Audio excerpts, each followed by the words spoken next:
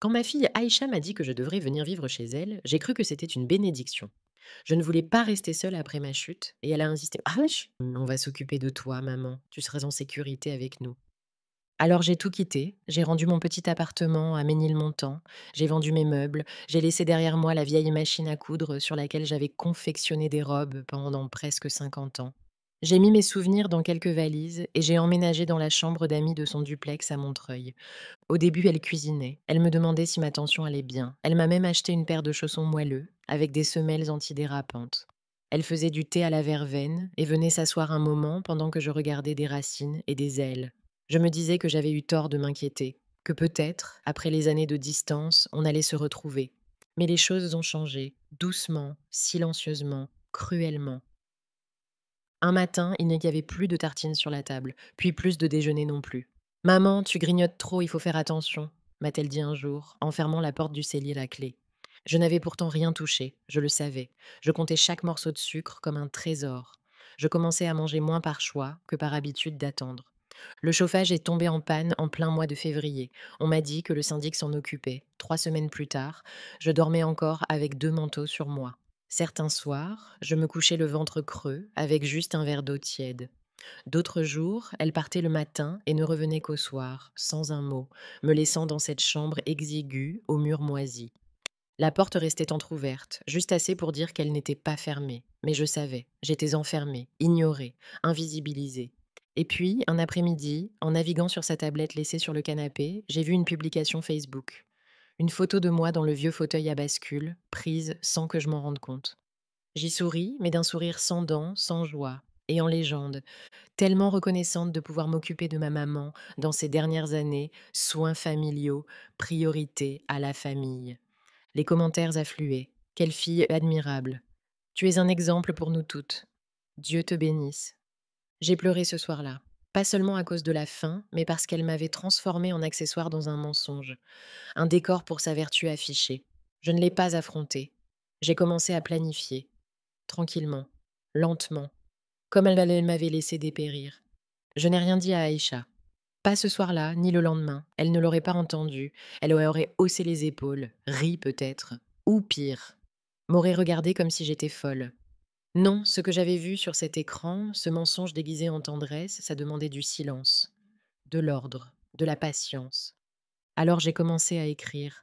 Un vieux carnet à spirale, jauni sur les bords, traînait au fond de ma valise. Il avait servi autrefois pour mes comptes de couture, quand je cousais des ourlets et des robes de communion pour les voisines du quartier. Je l'ai glissé sous mon oreiller, entre les draps rêches qui sentaient me renfermer. Chaque nuit, une lampe de poche en plastique posée sous le lit m'éclairait juste assez. J'ai noté la date où elle a oublié mon insuline. Le jour où le yaourt périmé a été la seule chose qu'on m'a laissé manger. Les bleus sur mes bras quand j'ai trébuché en essayant d'atteindre la cuisine et qu'elle a crié «Mais qu'est-ce que tu fais debout encore?» au lieu de m'aider. J'ai noté les heures, les phrases, les silences. Je devenais invisible pour elle, mais moi je la voyais et je consignais tout. Pendant la journée, je faisais semblant. Je hochais la tête, je souriais quand elle entrait, brièvement, pour attraper ses clés ou son manteau. Elle me lançait des «Ça va maman?» comme on lance un caillou dans un puits, sans attendre de réponse. Parfois, je l'entendais au téléphone, dans la pièce d'à côté. Franchement, c'est beaucoup de boulot. Faut penser à tout. Elle perd un peu la tête. Mais bon, c'est ma mère. Elle soupirait comme si elle portait le poids du monde. Et pourtant, c'était moi, alourdie de jours sans fin, de corps douloureux, de mots retenus. Un dimanche, alors qu'elle était sortie faire des courses, j'ai osé passer un appel. J'avais mémorisé le numéro de mon amie Mireille, celle avec qui je chantais dans la chorale à Saint-Ambroise. Elle avait un petit-fils, Étienne, qui travaillait dans un service d'aide sociale à Nanterre. Je ne savais pas s'il pourrait faire quelque chose, mais j'avais besoin que quelqu'un sache, que quelqu'un me voie. Quand Mireille a décroché, sa voix m'a prise à la gorge. Elle m'a dit: «Alma, c'est bien toi? Mon Dieu, tu m'as manqué.» Je n'ai pas tout raconté, juste assez, elle a compris.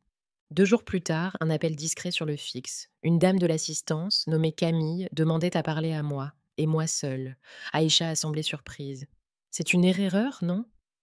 Mais je suis venue au téléphone, droite, lente, digne. Je lui ai dit bonjour, et j'ai ouvert la bouche pour dire la vérité. La dame s'appelait bien Camille, voix douce, posée, elle ne posait pas de questions à la va-vite. Elle m'a demandé si c'était un bon moment pour parler, si je pouvais lui dire un peu comment je me sentais dans mon quotidien. J'ai regardé la porte, restée entr'ouverte comme toujours, et j'ai dit oui. Oui, c'est le moment. Je n'ai pas hurlé, je n'ai pas exagéré. J'ai parlé de la chambre où je passais mes journées, sans télévision, sans radio, sans même un rideau à la fenêtre. J'ai décrit le froid de février qui entrait jusque dans les os, l'humidité dans les murs, cette sensation de vivre dans une cave alors que j'étais censée être chez ma propre fille. Je lui ai parlé des repas oubliés, des médicaments que je n'avais plus, de cette odeur persistante de linge sale, parce que la machine à laver était en panne depuis des semaines, mais que personne ne trouvait le temps de la réparer. Elle m'a écouté longtemps, sans m'interrompre. Puis elle a dit calmement: «Je vais venir vous voir, Madame Diallo. Ce sera mieux qu'un appel.» Je ne m'étais plus sentie appelée par mon nom depuis, je ne sais pas, peut-être depuis que j'avais quitté l'église de Saint-Ambroise. Là-bas, j'étais sœur Alma, toujours debout le dimanche matin, souriant aux enfants qui entraient pour le catéchisme. Ici, dans cette maison, j'étais devenue un murmure, une ombre, un fardeau qu'on évite de croiser du regard. Camille est venue 2 jours plus tard, elle s'est annoncée par l'interphone. Aïcha ne savait rien, elle croyait que c'était une infirmière envoyée par la mairie. J'ai entendu les talons de Camille sur le carrelage, net, assuré. Elle a frappé doucement à la porte de ma chambre. Je lui ai ouvert. Je lui ai montré. Je n'ai pas plaidé, je lui ai juste tendu le carnet. Elle l'a pris dans ses mains gantées, a feuilleté les pages, a lu ces lignes simples. Pas de déjeuner aujourd'hui. 2 bleus au bras droit. Médicaments oubliés depuis jeudi. Elle est restée debout un moment, sans rien dire. Puis elle s'est assise à côté de moi, sur le bord du lit, et m'a demandé la permission de rester un peu, d'observer. Je lui ai dit oui. Bien sûr que oui. Elle a pris des photos avec soin, sans flash, sans bruit. Elle a noté l'absence de nourriture dans le frigo, le radiateur couvert de poussière, les vitres glacées. Elle a touché les murs humides, levé les yeux vers les fissures au plafond. Elle n'a jamais levé la voix, elle n'a pas accusé. Mais dans ses gestes, il y avait quelque chose de ferme, de réel. Et pour la première fois depuis longtemps, j'ai eu l'impression que le monde me regardait de nouveau. Pas comme une charge, mais comme une personne. Après le départ de Camille, rien n'a changé tout de suite. Les jours ont repris leur cours silencieux, comme si rien ne s'était passé. Aïcha n'a rien soupçonné. Elle croyait que la visite avait été banale, une formalité, une paperasse de plus à signer. Elle n'a jamais su que Camille avait vu ce que personne n'avait voulu voir. Mais moi, je savais. Et j'ai continué à écrire. Je me suis mise à noter aussi ce qu'Aïcha montrait au monde, pas seulement ce qu'elle me refusait, mais ce qu'elle prétendait offrir.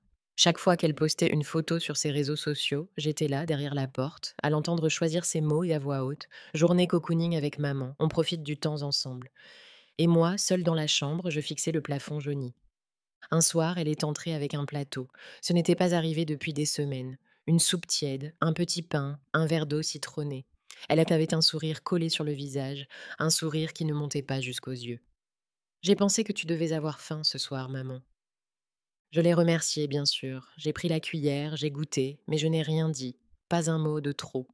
Je savais que ce n'était pas pour moi. C'était pour son téléphone, posé sur la commode, caméra discrètement tournée vers le lit. Elle voulait une scène, un instant de vertu à capturer. Elle a posté la photo avant même que je termine la soupe. Les commentaires sont revenus, toujours les mêmes. Quelle belle relation mère-fille. Tu es une sainte, Aïcha. Ta maman a de la chance. Et moi, je sentais une chose étrange. Ce n'était plus de la tristesse, pas seulement. C'était une lucidité froide, lente, qui montait comme une marée. Elle me maquillait de tendresse pour mieux dissimuler le vide. Elle se nourrissait de l'image qu'elle projetait pendant que je dépérissais derrière le rideau. Mais ce n'était pas seulement son hypocrisie que je consignais dans mon carnet, c'était son habitude de manipuler. Elle savait quoi dire, quoi montrer. Elle savait comment se faire passer pour la fille dévouée auprès des voisines, des collègues, des gens de l'ancienne mosquée. Mais chez elle, elle ne me regardait plus comme une mère. Juste comme un rôle à jouer. Je suis restée calme. Il ne fallait pas la brusquer. Pas encore. Car maintenant, je n'attendais plus. J'observais. Je laissais venir. Je savais qu'à force de tendre son miroir au monde, elle finirait par s'y refléter elle-même. Et que ce reflet, un jour, ne pourrait plus mentir. Le matin suivant, Aïcha est sortie tôt. Elle avait un rendez-vous avec une association de femmes entrepreneurs dans le centre de Paris. Je le savais parce qu'elle l'avait dit au téléphone, en préparant son maquillage, debout devant le miroir de la salle de bain. Je parlerai du rôle des aidants, de l'équilibre entre carrière et famille. Et c'était... Je suis restée dans mon lit, les mains posées sur la couverture. J'écoutais les bruits de la maison, le claquement de la porte, le moteur de sa voiture, puis le calme. Ce silence-là, je l'aimais. Il n'était pas vide, il était plein de promesses. Je me suis levée, lentement. Mes articulations protestaient, mais j'avais appris à les amadouer. J'ai mis mon gilet, j'ai pris le carnet et je suis allée dans la cuisine. Le téléphone fixe était là, sur le comptoir, silencieux lui aussi. J'ai composé le numéro de Camille, elle m'avait laissé sa carte, soigneusement glissée dans une enveloppe neutre. Si jamais vous avez besoin de me parler directement. Elle a répondu au bout de 2 sonneries. Sa voix m'a rassurée, comme un feu discret dans une pièce froide. Je lui ai dit que j'étais seule, que je pouvais parler, que j'étais prête à ce qu'elle vienne, si elle le jugeait utile. Elle m'a demandé: «Est-ce que vous voulez qu'on avance, madame Diallo?» Je n'ai pas hésité. «Oui, je veux avancer. Je suis prête. Nous avons fixé un jour. Ce serait un mardi matin. Elle viendrait accompagnée d'un médecin et d'une personne de la mairie. Officiellement, ce serait une visite de contrôle. Rien d'alarmant, rien pour éveiller les soupçons. Quand j'ai raccroché, je me suis sentie plus légère, pas joyeuse, non. Ce mot ne s'appliquait plus à ma vie depuis longtemps, mais droite, alignée, comme si, enfin, ma dignité reprenait sa place, même dans ce corps de fatigué. Le soir, Aïcha est rentrée les bras chargés de brochures, de petits gâteaux offerts lors de sa conférence. Elle m'a tendu une boîte. Tiens, maman, des sablés à la fleur d'oranger, c'est artisanal. Je l'ai remerciée. Je les ai posés sur la table de nuit sans les ouvrir. Elle ne l'a même pas remarqué. Elle s'est assise à la table de la cuisine, a sorti son ordinateur, a commencé à écrire un nouvel article pour son blog. Accompagner sa mère au quotidien, défi et gratitude. J'entendais les touches frapper, chaque mot comme une gifle douce, invisible mais répétée. Elle s'écrivait son monde, un monde où elle était la sauveuse. Mais le mien s'écrivait aussi, ligne après ligne, dans ce carnet froissé sous mon oreiller. Et le mien, pour une fois, allait être entendu. Le mardi est arrivé comme un jour ordinaire. Le ciel était bas, gris, avec une légère brune qui dessinait des filets sur les vitres.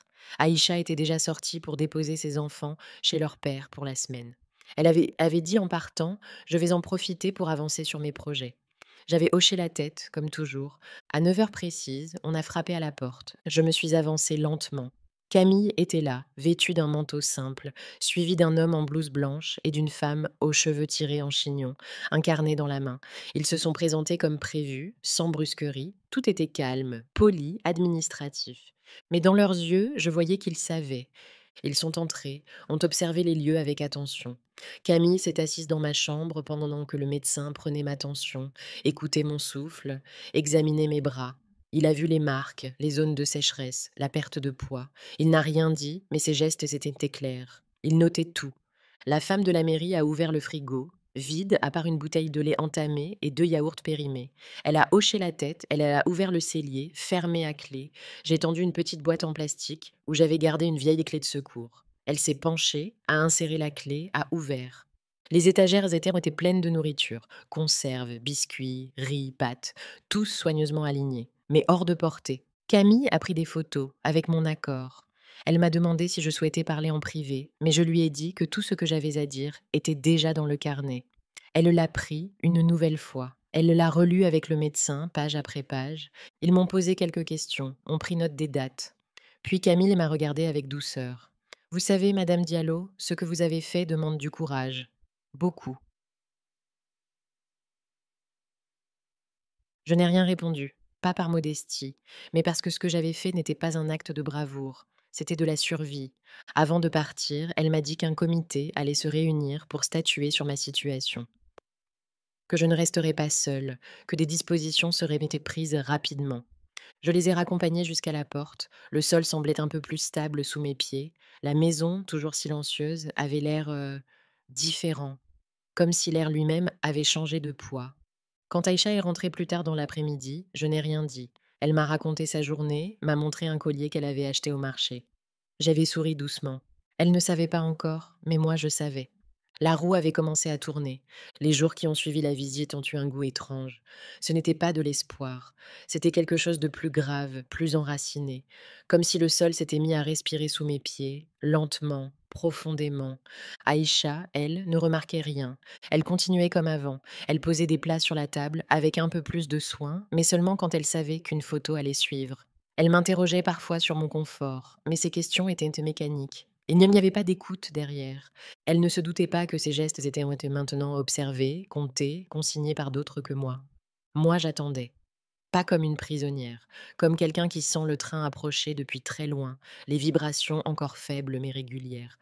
Je ne savais pas quand ni comment cela arriverait, mais j'avais compris que l'histoire n'était plus enfermée entre les murs de cette chambre. Un matin, en rangeant un peu autour du lit, j'ai trouvé une photo ancienne que j'avais glissée dans un livre. C'était moi, jeune, devant l'église Saint-Ambroise, robe beige, chapeau fleuri, sourire franc. C'était après une messe de Pâques, je m'en souvenais.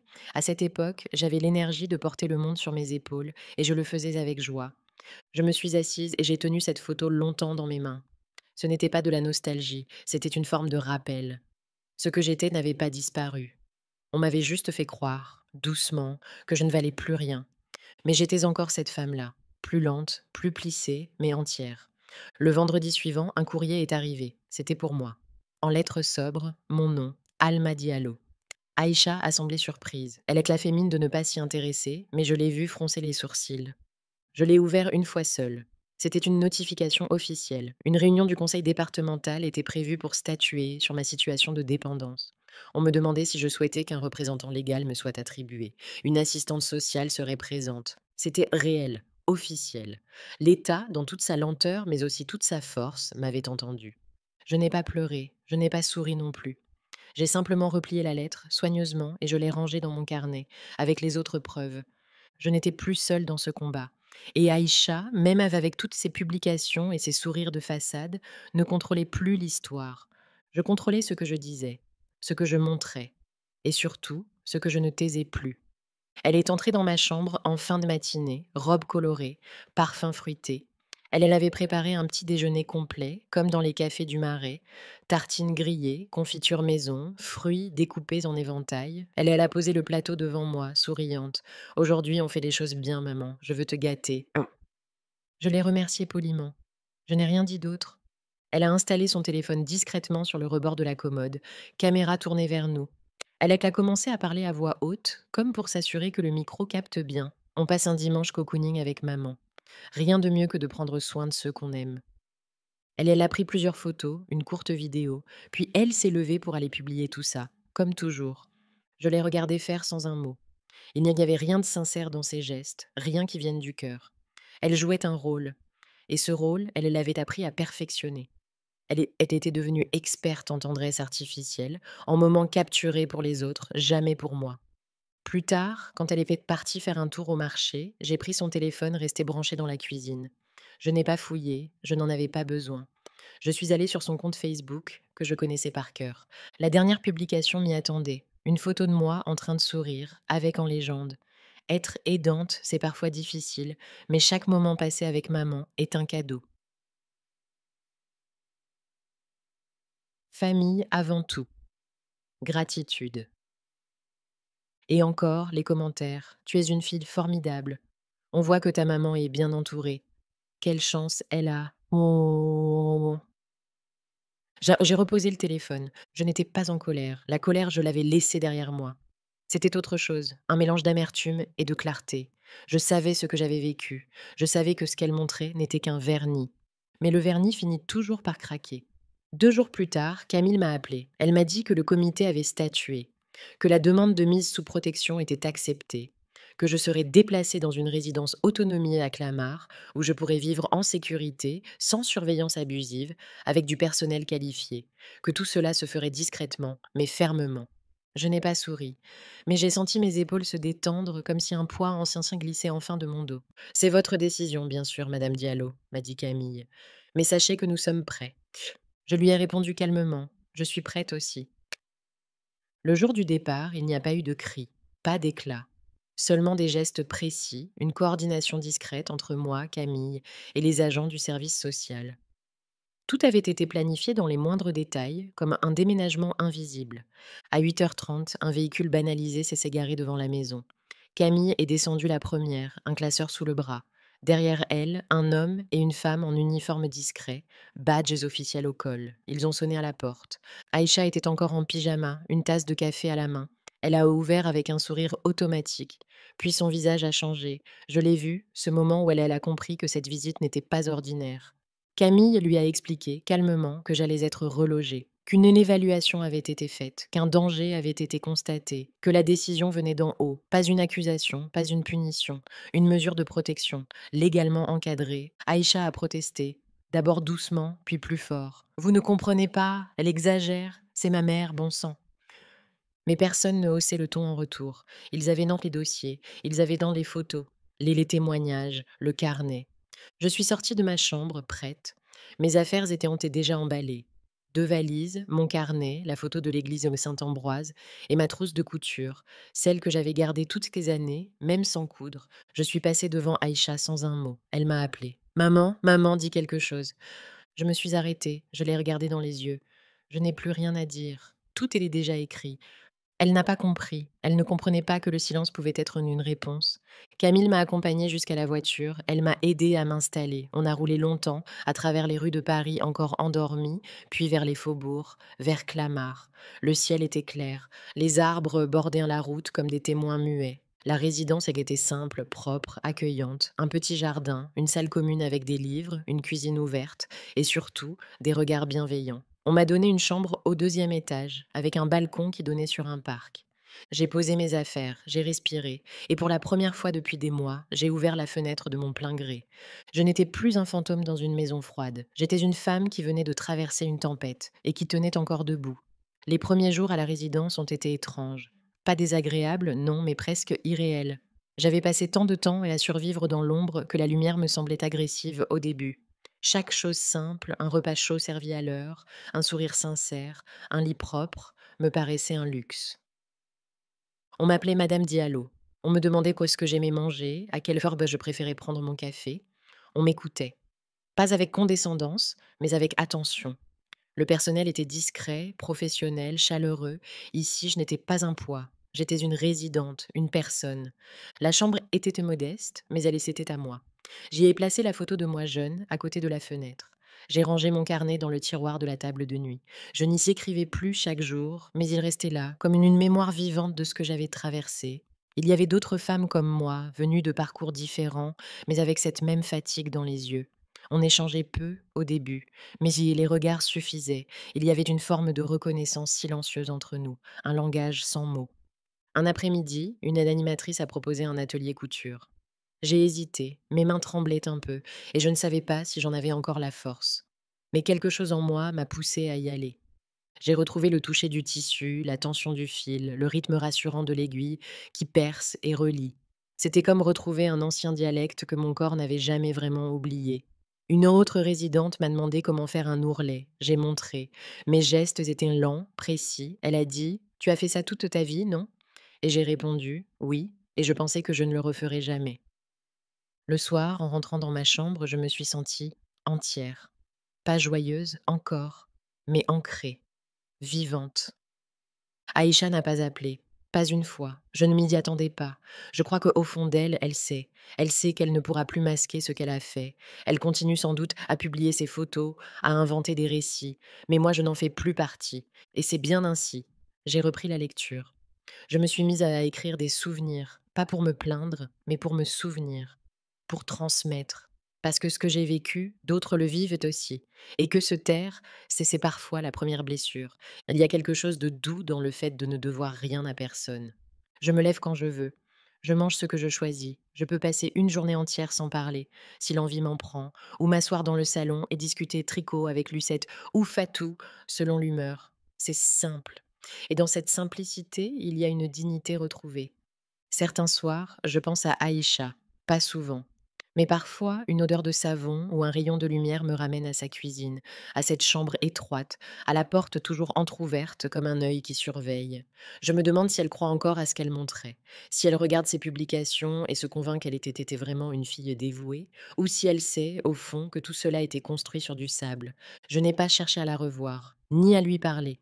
Les services sociaux m'ont demandé si je voulais entamer une procédure, si je voulais porter plainte pour maltraitance. J'ai dit non. Ce n'était pas la vengeance que je voulais, c'était la vérité. Et elle est déjà sortie, à sa manière. Elle était ses venue quand Camille Afo a frappé à la porte. Elle était là, dans les pages de mon carnet, dans le silence pesant de cette maison, dans les gestes retenus, dans ce qui manquait. Aïcha peut continuer à raconter ce qu'elle veut. Peut-être même qu'elle s'invente une nouvelle histoire, une dans laquelle je suis partie parce que je ne voulais plus vivre avec elle, une version qui la protège. Mais je ne participerai plus à ce récit, je ne commenterai pas ses publications, je ne défendrai plus l'indéfendable. C'est ça, la véritable rupture. Ne plus expliquer, ne plus justifier, ne plus s'excuser d'avoir souffert. Je suis restée trop longtemps dans une loyauté silencieuse. J'ai porté les apparences pour ne pas déranger, pour ne pas exposer ma fille. Par honte, parfois. Par fatigue, surtout. Mais aujourd'hui, je n'ai plus peur d'être celle qui dit voilà ce qui m'est arrivé. Et je sais que si je le dis, d'autres femmes, mères, tantes, voisines, oseront le dire aussi. La maltraitance ne porte pas toujours de gifles. Parfois, elle s'installe dans l'indifférence, dans les portes fermées à moitié, dans les repas oubliés. Elle se cache sous des hashtags et des sourires en ligne. Mais elle existe, et elle laisse des traces. Alors je continue à écrire, pas pour remuer le passé, mais pour éclairer ce qui vient. Il y a des jours où je ne pense plus du tout à ce que j'ai traversé. Des jours entiers où je me lève, j'ouvre la fenêtre, je regarde le ciel changer de couleur, et je me contente d'exister sans justification, sans masque. Je me surprends parfois à fredonner une vieille chanson du village, une de celles que ma mère chantait en étendant le linge. C'est dans ces moments que je mesure l'étendue de ma liberté. Je ne vis pas dans le luxe. La résidence est simple, les couloirs parfois trop silencieux, les repas pas toujours à mon goût. Mais tout y est clair, transparent. On me parle avec respect, on me regarde dans les yeux. Et surtout, on ne me fait pas passer pour ce que je ne suis pas. Ma dignité ne dépend plus du regard d'une autre. Elle ne se mendie pas dans les commentaires en ligne. Je repense parfois à cette photo qu'Aïcha avait postée. Moi, dans le vieux fauteuil à bascule, avec ce sourire maigre, un peu flou. C'était moi, mais ce n'était pas mon image. C'était son décor, son mensonge. Aujourd'hui, je choisis ce que je montre. J'ai une photo sur ma table de chevet, celle prise ici, devant le jardin, avec mon tablier fleuri, mes cheveux attachés et mes ciseaux de couture en main. Je ne souris pas. Je regarde l'objectif droit dans les yeux. Cette photo, c'est moi, entière, authentique. Je n'ai jamais eu besoin de reconnaissance virtuelle. Ce dont j'avais besoin, c'était de vérité, de chaleur humaine, de sécurité. Et maintenant, je les ai. Ce n'est pas spectaculaire, ce n'est pas raconté dans les journaux. Mais c'est réel et suffisant.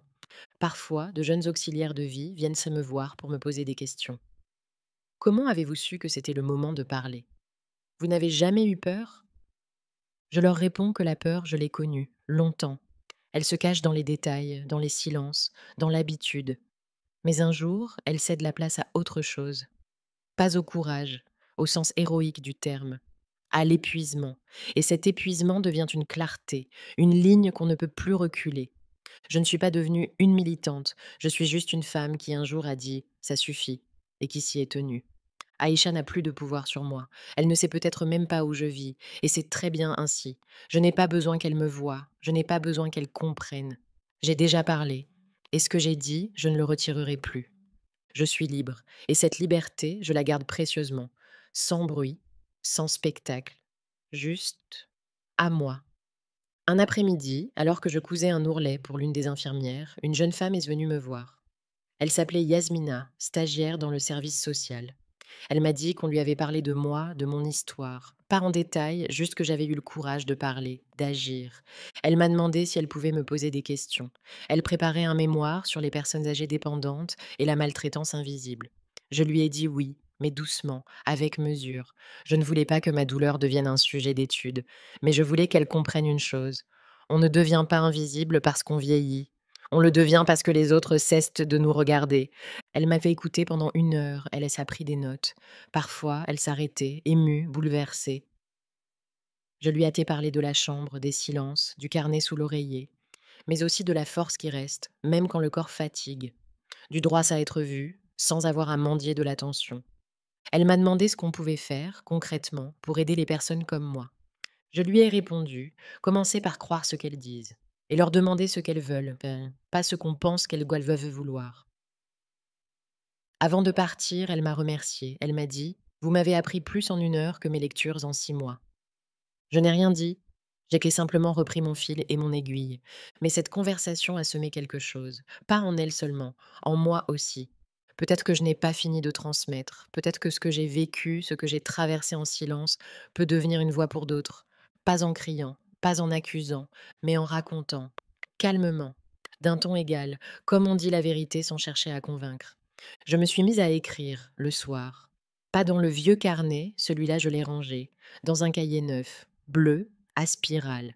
J'y consigne mes souvenirs, mais aussi mes réflexions, mes observations sur ce que c'est que de vieillir dans un monde qui préfère oublier ce qu'il doit aux anciens. Je n'écris pas pour laisser une trace spectaculaire. J'écris pour que peut-être, un jour, quelqu'un tombe sur ces pages et comprenne que même dans ce silence, une femme peut se tenir droite, même quand on l'a presque effacée. Chaque matin, j'ouvre mes volets doucement. Le jardin en contrebas est encore frais, les feuilles humides de rosée. Il y a toujours ce merle posé sur la rambarde, comme un vieux compagnon de veille. Parfois, je lui parle tout bas, pas pour être entendu, juste pour m'ancrer. La vie ici n'est pas parfaite. Il y a les douleurs du dos, les souvenirs qui surgissent, sans prévenir, les nuits où le sommeil se dérobe. Mais je suis chez moi. C'est un lieu modeste, oui, mais il m'appartient. Mon temps, mon espace, mes choix. J'ai longtemps cru que je finirais comme une ombre, que mes jours s'effaceraient sans bruit, réduits à des photos publiées sans mon consentement, à des phrases vides sur les réseaux. Mais aujourd'hui, je sais que mon histoire m'appartient, que personne ne peut la détourner sans mon accord. Je ne suis pas devenue célèbre, je n'ai pas écrit de livre, mon visage n'apparaît pas à la télévision. Mais ce n'est c'est pas ça, laisser une trace. Laisser une trace, c'est exister pleinement dans ses choix. C'est refuser qu'on parle à votre place. C'était vivre avec une mémoire honnête. J'ai j'ai revu Mireille, celle qui avait transmis mon appel à son petit-fils. Elle est venue un jeudi après-midi avec un gâteau au citron, comme au bon vieux temps. Nous avons parlé de nos petits-enfants, de la chorale de Saint-Ambroise, des dimanches pleins de chants et de robes blanches. Elle m'a prise dans ses bras en partant. Et ce simple geste, chaleureux, désintéressé, m'a touché plus que des années entières de façade. Je n'ai pas besoin de réconcilier ce qui est perdu. Aïcha fait sa vie, ailleurs. Peut-être qu'un jour, elle comprendra. Peut-être pas. Ce n'est c'est plus ma charge. J'ai posé ce fardeau. Ce que je porte désormais, c'est moi. Et moi, je suis encore là. Je laisse un carnet plein de vérité, une chambre pleine de calme, un nom qu'on prononce avec respect, une mémoire qui ne s'excuse plus. Je ne veux pas qu'on dise de moi que j'étais une victime. Je veux qu'on se souvienne que j'ai tenu, que j'ai parlé, que j'ai dit non, sans hurler, sans frapper, juste, avec constance. Et si un jour quelqu'un lit mes mots, qu'il sache ceci. On peut être oublié un temps. Mais tant qu'on respire, on peut encore se relever. Je suis Alma Diallo. Et je me tiens debout.